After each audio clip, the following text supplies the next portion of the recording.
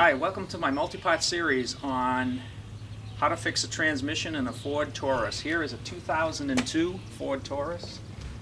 I was driving on the highway one day and I lost all gears, forward and reverse. It was slipping prior to that, but I never thought I would lose everything. So here it is. It's towed back. We're going to turn the car around. And one thing we're going to do differently is we're going to pull the engine and transmission out from the top instead of dropping the tranny from the bottom, and try that as something different. Everybody seems to drop from the bottom. I'm going to pull from the top. So this is my project. It's going to take probably a couple months to do, and hope you enjoy it. It'll be different. Okay, let's look at taking this thing off.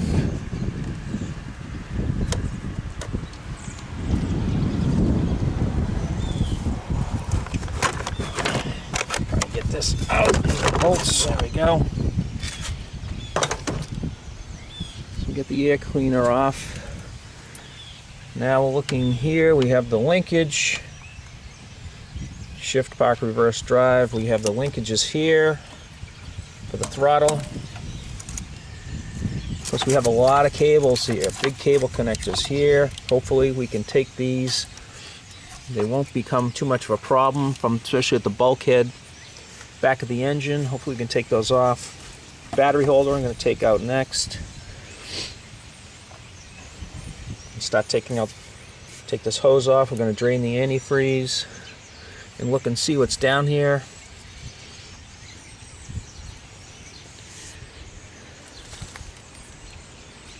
That's the next step.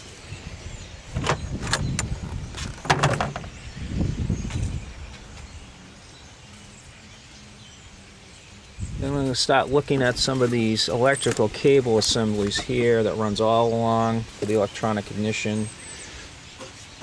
Out here, see if we can keep the stuff on the engine. And possibly, I'm hoping, there's a big bulkhead connector way back here that we can disconnect a lot of the electrical. That's my hope, that we can do that.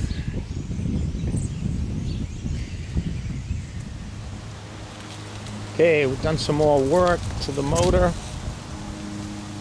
We'll pick this up.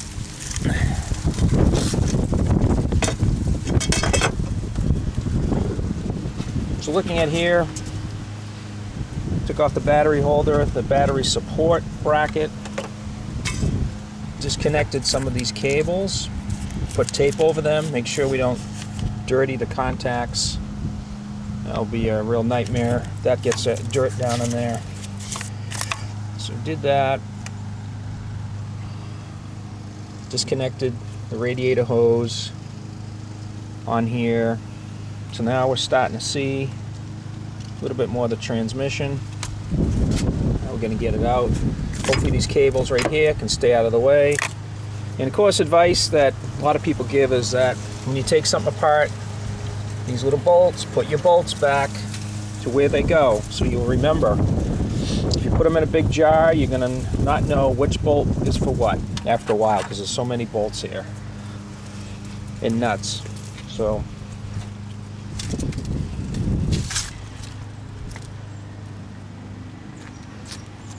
okay. Also, of course, drain the radiator as well. See down here, got a bucket for the radiator fluid. Spraying some WD-40 on some of the mounting bolts. Can't see right now, so just to make sure when I get there, hopefully they will come off easy instead of difficult. I also have a torch. We need to heat the bolts up to break them, but we'll see as time goes on. Also disconnected the battery cable, also connected down to the starter. Disconnected that, so the battery cable can now just sit out of the way right here. And you can see all the brake lines. We're going to leave those. Don't want to touch that at all. Here's the transmission lines that go to the radiator to keep the transmission cool. The transmission says AXOD, so this is an AX4S transmission. One of the worst for performance transmissions they have. I thought it was an AX4N, but it's not. It's an AX4S transmission. Okay. Continue onwards. Okay, so the next thing I took off on the other side, I took off this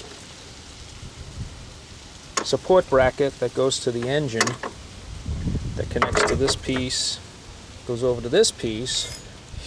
This piece bolts in and connects to the alternator.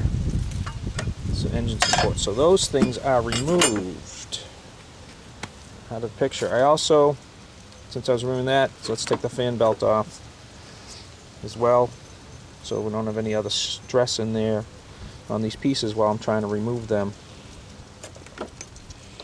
So that's looking okay. Down here, back over to this side, the linkage, the linkage that goes over to here, remove that, get that out of the way. Taped up some more, removed the linkage for park, drive, that kind of stuff. I also removed the bracket. Here's the bracket. Here is the bracket. That bracket goes down into here and actually holds the linkage that goes to here. So we took that off because that's definitely in the way of hitting the master cylinder right here. So we don't want that when we're trying to get it out. All the other stuff is taped off. There is one thing that's I'm looking at taking off, which I don't like, is this piece right here. This piece feeds all the way back. Let's get that out of the way. Power steering pump. You have this piece that goes over to here, this thing, then feeds all the way back. If you can see way back in here, it's tough to see behind the dipstick, but that's where it attaches to the rack and pinion steering. So it's all one piece. I don't like that too much, but I'm gonna have to take that off at one point, maybe both points. Get that rid of that. A lot of fluid there. It's gonna be leaking all over the place. But we're slowly making our way. Another piece right here is this right here. This goes to our compressor for the air conditioning. Unfortunately, I'm not sure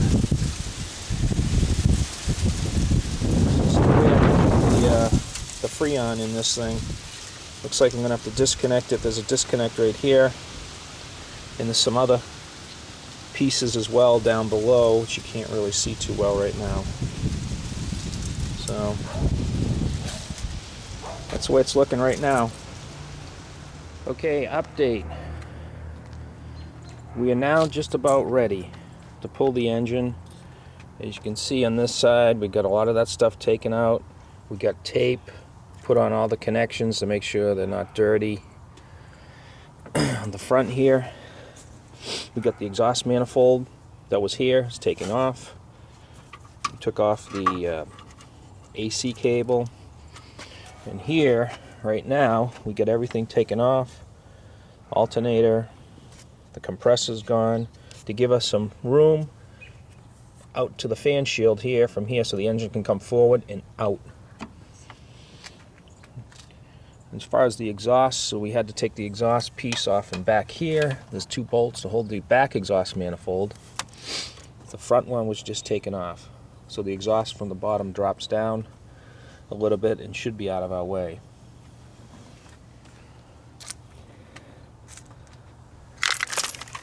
Have a chain hooked up to it. We've got a bolt on one side, and we picked a bolt, the transmission bolt, on the other side here to pull. Now, I just wanted to mention, doing this project, that the couple books were kind of essential, I guess. You can see I have a breakdown of MakoTransmissionParts.com had this breakdown of the transmission, which comes in handy and makes it's a little bit clearer. And also, of course, the Taurus manual.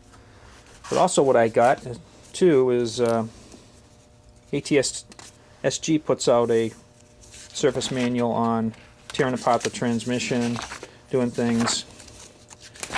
Through it. So I pretty much kind of followed through the steps that they were showing in the book. But, you know, it just doesn't cover everything. If you want to look at nitty-gritty details, you really need this book. So I'd say, when you're looking at doing this job, you really need both books to do it, because when you put it back together, this thing doesn't appear to be telling you how many inch-pounds or foot-pounds you need to tighten things, and it's just been great to have both to do the job. I think it's a necessity unless you really have a lot of experience and know what you're doing and doing this for a living.